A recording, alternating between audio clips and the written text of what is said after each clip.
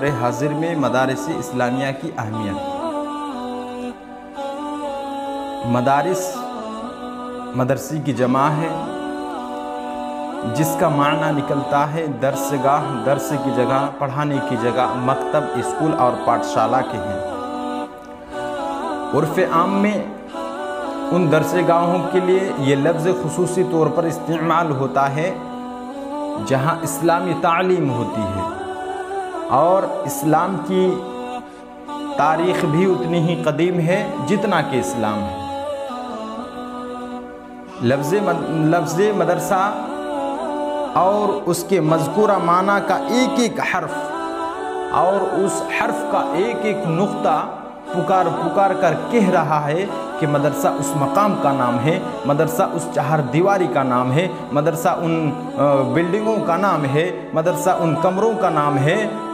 جہاں انسانیت سازی کے درس دیے جاتے ہیں، جہاں مزاج میں شگفتگی اور شعور میں پالدگی عطا کی جاتی ہے، جہاں طلبہ اور طالبات کو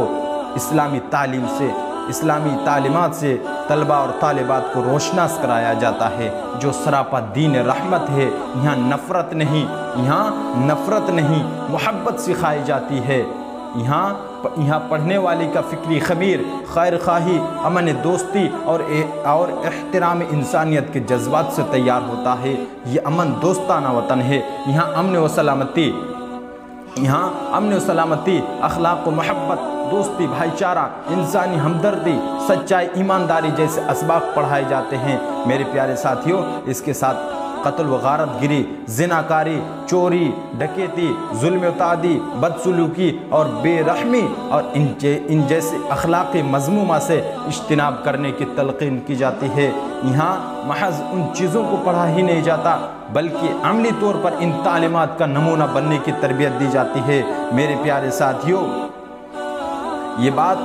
بلا کسی ادنیٰ تعمیل کی کہی جا سکتی ہے کہ نظم اور ضبط اور امن اور شانتی کا جو ماحول مدارس اسلامیہ کے اندر عمومی طور پر پایا جاتا ہے، وہ عصری درس گاہوں، وہ دوسری درس گاہوں،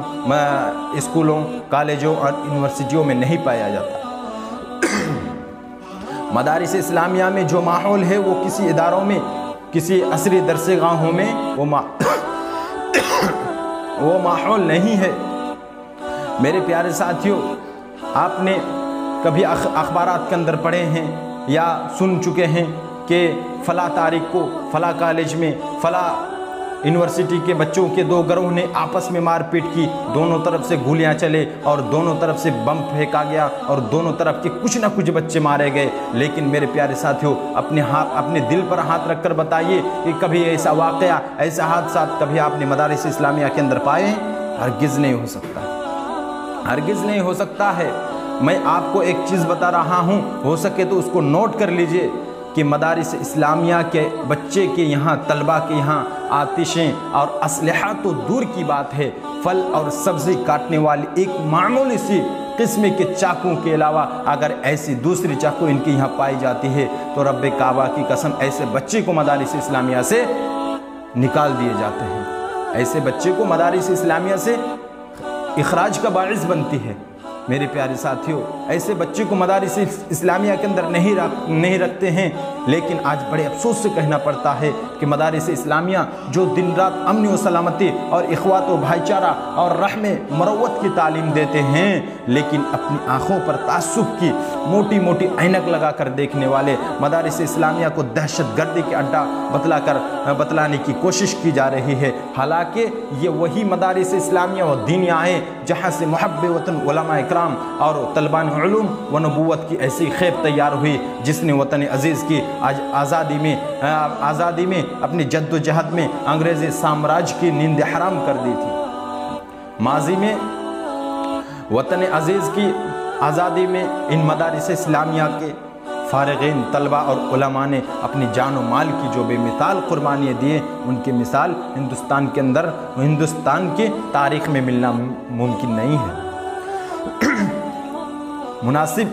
معلوم یہ ہوتا ہے کہ مدارس اسلامیہ کی طرف سے ایک واضح اعلان کر دیا جائے اور پورے دنیا کے لوگوں کو یہ بتلا دینا چاہیے کہ اے لوگوں، اے پورے دنیا کے لوگوں سن لو، اے پورے دنیا کے باشندوں سن لو، اے دنیا کے لوگوں